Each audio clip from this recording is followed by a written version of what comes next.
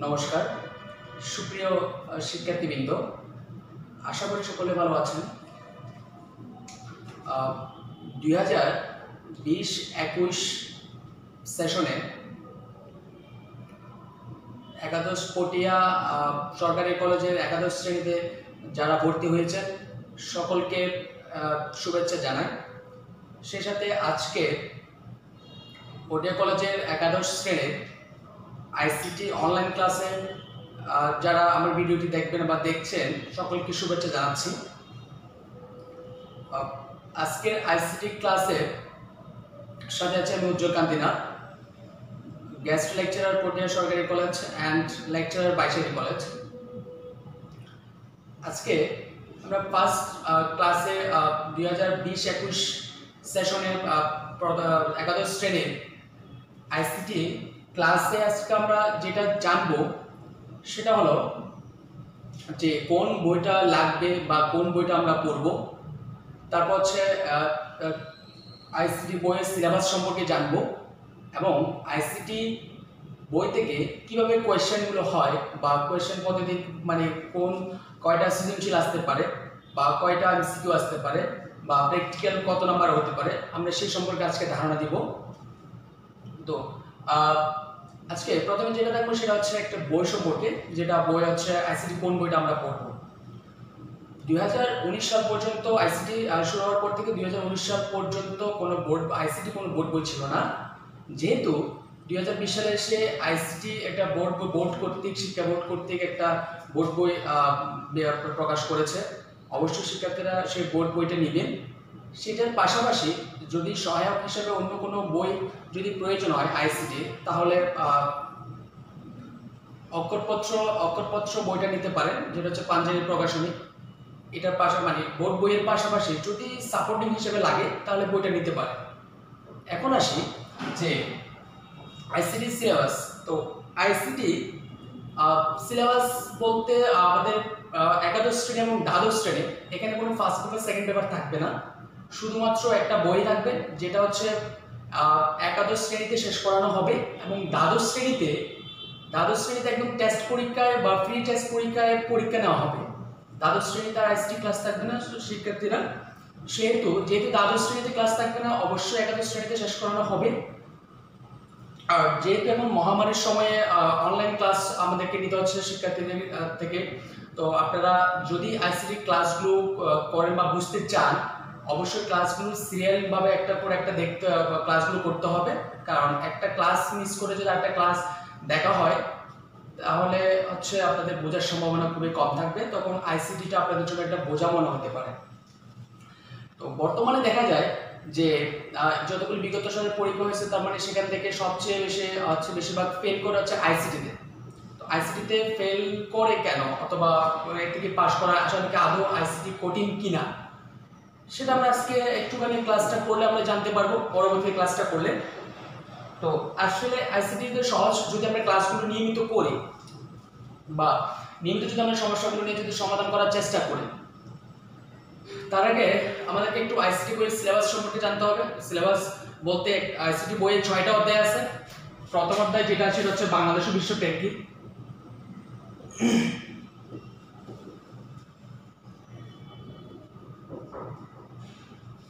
বাংলাদেশ ও বিশ্ব প্রেক্ষিত প্রথম অধ্যায়। দ্বিতীয় অধ্যায় যেটা আছে সেটা হচ্ছে communication system O networking.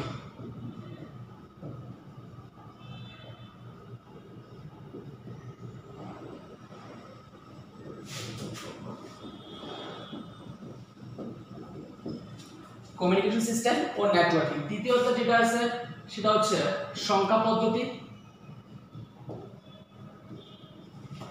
O digital device.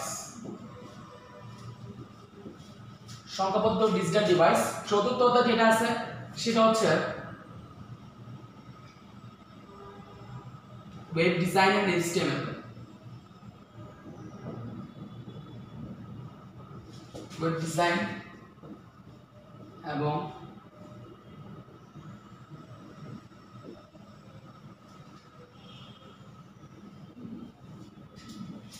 HTML web designing and HTML পরিচিতি। তারপর হচ্ছে পঞ্চম নাম্বার যেটা আছে সেটা হচ্ছে প্রোগ্রামিং ল্যাঙ্গুয়েজ, প্রোগ্রামিং ভাষা। ষষ্ঠ হচ্ছে সেটা হচ্ছে ডাটাবেস ম্যানেজমেন্ট সিস্টেম।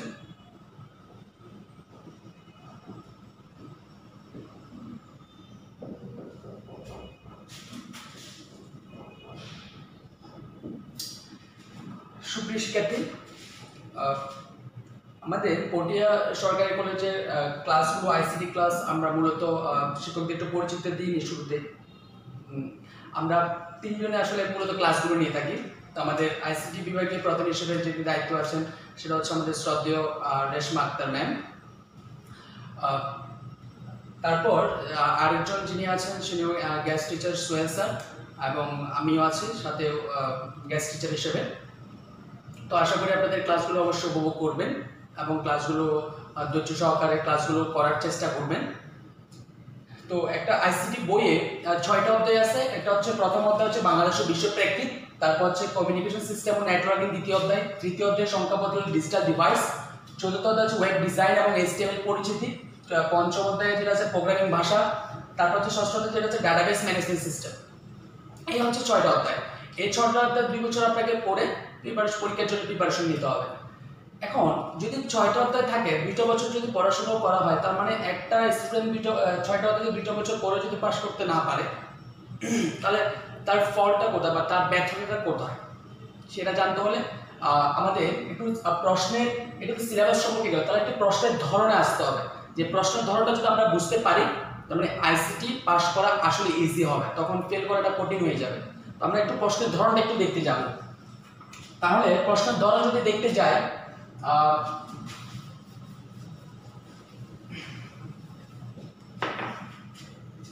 অনেকে ধরলাম যে আমার সৃজনশীল, আমার আইসিটি পূর্ণমান হচ্ছে 100, তার মধ্যে সৃজনশীল থাকবে 50 নম্বরে, তারপর হচ্ছে বহু নির্বাচনী থাকবে 25 নাম্বার, তারপর হচ্ছে প্র্যাকটিক্যাল থাকবে ব্যবহারিক থাকবে 25 নাম্বার। তাহলে টোটাল কত? টোটাল হচ্ছে 100 নাম্বারের। সৃজনশীল 50 নাম্বার থাকবে, বহু নির্বাচনী 25 এবং ব্যবহারিক থাকবে 25 নাম্বার। এখন দেখি যে প্রশ্নের ধরনের মধ্যে যেখানে সৃজনশীল 50 নাম্বারের আছে সেখানে হচ্ছে আমাকে কয়টা সৃজনশীল দিবে? 8টা সৃজনশীল দিবে। কয়টা সৃজনশীল? 8টা সৃজনশীল থাকবে, আমাকে 5টা আনসার করতে হবে। কয়টা আনসার করতে হবে? 5টা আনসার করতে হবে। তারপর এমসিকিউ 5টা আনসার করতে হবে। আচ্ছা, 5টা আনসার করতে হবে, তারপর 25টা থাকবে, 25 থেকে 25টাই আনসার করতে হবে আমাকে। আর প্র্যাকটিক্যালের বিষয়টা স্যারেরা ক্লাসের মধ্যে অথবা করোনা মহামারী যদি চলে যায় বা আমাদের ক্লাসগুলো যদি নিয়মিত আবার কলেজ যদি খুলে, তখন প্র্যাকটিক্যাল সম্পর্কে বলে দেওয়া হবে যে প্র্যাকটিক্যাল করানোর যেগুলো করা হবে সেগুলো অবশ্যই আপনারা জেনে নিতে পারবেন। তো এখানে একটুখানি দেখি যে 8টা সৃজনশীল থাকবে, 5টা আনসার করতে হবে, তার মানে 50 নাম্বার। বহু নির্বাচন হচ্ছে 25, তার মানে হচ্ছে 25টা আনসার করতে হবে। তার মানে এখানে পাশের মার্ক একটুখানি দেখি যে তাহলে 5টা সৃজনশীল আনসার করতে হলে আমাকে পাস করার জন্য লাগবে হচ্ছে 17 নাম্বার। পাস করার জন্য কত লাগবে? 17 নাম্বার। আর বহু নির্বাচন থেকে পাস করতে লাগবে আপনার হচ্ছে 8 নাম্বার। আর বহু নির্বাচন পাস করতে কত লাগবে? 8 নাম্বার লাগবে। তাহলে দেখেন একটা জিনিস যেটা হচ্ছে সৃজনশীলে পাস করতে যেখানে 17 নাম্বার লাগবে আর বহু নির্বাচন পাস করতে যেখানে 8 নাম্বার লাগবে, তারপর সেখানে স্টুডেন্টরা ফেল করে। তো আর কেন ফেল করে সেটা একটুখানি দেখি। যদি আমরা এইভাবে চিন্তা করি, কিভাবে চিন্তা করব যে 6টা অধ্যায় থাকে, কয়টা অধ্যায় থাকবে? 6টা। 2 3 4 5 6, 6টা অধ্যায় আছে। 6টা অধ্যায় থাকলে এখানে হচ্ছে প্রথম অধ্যায় থেকে একটা সৃজনশীল থাকবে, একটা কি থাকবে? সৃজনশীল থাকবে। দ্বিতীয় অধ্যায় থেকে একটা থাকবে, তৃতীয় অধ্যায় থেকে থাকবে একটা, চতুর্থ অধ্যায় থেকে থাকবে একটা, পঞ্চম অধ্যায় থেকে থাকা একটা, 6টা থেকে থাকা একটা। তার মানে টোটাল কয়টা সৃজনশীল হলো? 6টা হলো। তার মানে 8টা সৃজনশীল আসবে। 6টা থেকে চলে যায়, বাকি থেকে কত? 2টা। তার মানে তৃতীয় অধ্যায় থেকে 8টা আসার সম্ভাবনা অবশ্যই বেশি। তার মানে তৃতীয় অধ্যায় থেকে টোটাল কয়টা হলো? 2টা হলো। তাহলে কয়টা হলো? 7টা। 7টা হলে একটা হচ্ছে হয়তো দ্বিতীয় অধ্যায় থেকে আসতে পারে, নয়তোবা পঞ্চম অধ্যায় থেকে আসতে পারে, কারণ প্লাস মাইনাস দিলাম, তার মানে হচ্ছে হয়তো একটা দ্বিতীয় অধ্যায় থেকে আসতে পারে, একটা হচ্ছে কোন অধ্যায় থেকে পঞ্চম অধ্যায় থেকে আসতে পারে। কারণ দ্বিতীয় অধ্যায় এবং পঞ্চম অধ্যায়, তৃতীয় অধ্যায় এগুলো হচ্ছে বড় অধ্যায়, তার মানে এগুলো থেকে সৃজনশীল একটু বেশি আসার সম্ভাবনা থাকে, দুটো করে ওভারল্যাপ দুটো করে আসার সম্ভাবনা থাকে, কিন্তু প্রতিটা অধ্যায় থেকে একটা করে থাকবে, এটা মাস্ট। একটা জিনিস তাহলে খেয়াল করেন, যদি তৃতীয় অধ্যায় থেকে যদি দুইটা সৃজনশীল আসে, তার মানে দুইটা সৃজনশীল মানে হচ্ছে 20 মার্ক, তাহলে আমার পাস করার জন্য লাগে কত? 17। তাহলে একটা অধ্যায় পড়লেও ভালো মতো, একটা অধ্যায় পড়লেও তোমাকে সৃজনশীলে পাস করা যেতে পারে। এবার আসি, তাহলে হচ্ছে যদি এখান থেকে দুইটা আসে, তার মানে হচ্ছে অন্যান্য অধ্যায় থেকে যদি আমি আর বাকি 3টে টাচ করি, তার মানে আমার টোটাল কয়টা হয়ে গেল? 5টা হয়ে গেল। তার মানে তৃতীয় থেকে যদি দুইটা আসে, তার মানে হচ্ছে আর কয়টা লাগবে? 5টা থেকে দুইটা গেলে আর 3টা, তার মানে 3টা আমি হয়তো প্রথম অধ্যায় থেকে একটা লিখতে পারি, বা চতুর্থ বা পঞ্চম অধ্যায় থেকে আরেকটা লিখতে পারি, আর দুটো লিখতে পারি, বা ষষ্ঠ অধ্যায় থেকে লিখতে পারি, যেটা যাদের ভালো লাগে আর কি। তো ক্লাস করার পর অবশ্যই বুঝতে পারবেন যে কোনটা সহজ মনে হচ্ছে, কোনটা যেটা সহজ মনে হয় সেই অধ্যায় থেকে সৃজনশীলগুলো টাচ করবেন। তারপর আসি এমসিকিউতে। এমসিকিউতে হচ্ছে 25টা এমসিকিউ আসবে, তার মানে প্রত্যেকটা অধ্যায় থেকে, প্রতিটা অধ্যায় থেকে 4টা বা 5টা করে এমসিকিউ থাকবে।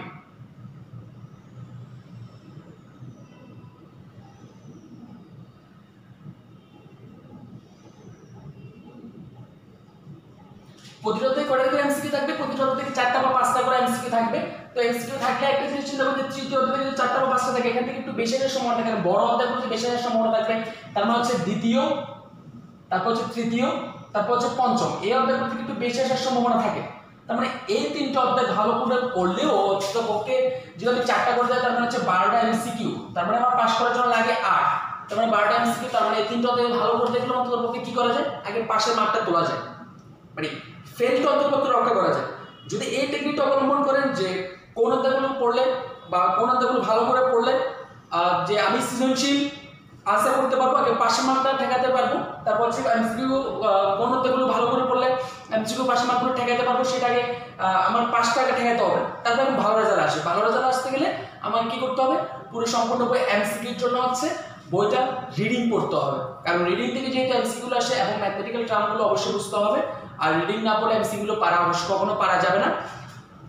আর সৃজনশীল যদি আমাকে ভালো করে আমি যদি সৃজনশীল যদি 50-এ 50 যদি তুলতে চাই, তার মানে 5টা সৃজনশীল যদি আনসার করতে চাই, তাহলে আমাকে কি করতে হবে? অবশ্যই অন্যান্য অধ্যায়গুলো টাচ করতে হবে, কারণ চতুর্থ থেকে পড়ে গেলাম, যে চতুর্থ থেকে যদি কমন না আসে, বা অন্য অধ্যায় থেকে পড়ে গেলাম, যে অন্য অধ্যায় আসলে আমি যেটা আসবে সেটা আনসার করতে পারি। তো এই ছিল আজকে প্রশ্নের ধরন। তার মানে হচ্ছে কি বলছি, যে আইসিটি বই হচ্ছে 100 নম্বরের পরীক্ষা হবে, 100 নম্বরের মধ্যে 25 নম্বর যদি ব্যবহারিক চলে যায়, 50 নম্বর হচ্ছে সৃজনশীল, আর 25 নম্বর হচ্ছে এমসিকিউ। 50 নম্বরের সৃজনশীল অবশ্যই আপনারা জানেন যে 17 পেলে পাস হবে, আর এদিকে 25 নম্বর এমসিকিউতে 8 বা 9 পেলে পাস করতে পারবেন।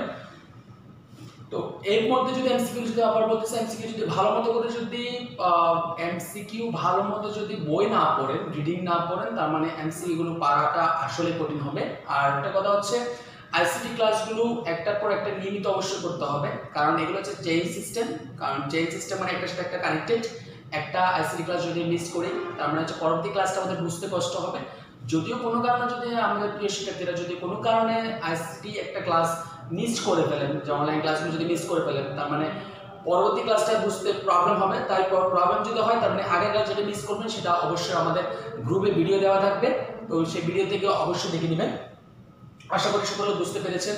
তার মানে আজকে যে সিলেবাস এবং প্রশ্নপত্রের ধরন সম্পর্কে ধারণা দিতে চেয়েছিলাম আজকে প্রথম ক্লাসে, অবশ্যই আপনারা পেয়েছেন। সূচক পরিচিতি থেকে শুরু করে আইসিটি প্রশ্নের ধরন কি হতে পারে, আইসিটি সিলেবাসে কি কি হতে থাকতে পারে, আইসিটি বই কোনটা নিতে পারি। আবার বলতেছি, আইসিটি আগে কোনো বোর্ড বই ছিল না, এখন যেহেতু বোর্ড বই আসছে, অবশ্যই বোর্ড বইটা অবশ্যই নিতে হবে। এর পাশাপাশি সাপোর্টিং হিসেবে অন্য একটা বই চাইলে ওইটা নিতে পারেন। বুঝতে পারছেন আশা করি শিক্ষার্থীরা।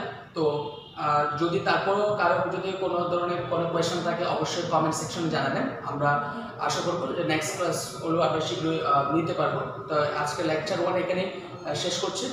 ধন্যবাদ সকলকে।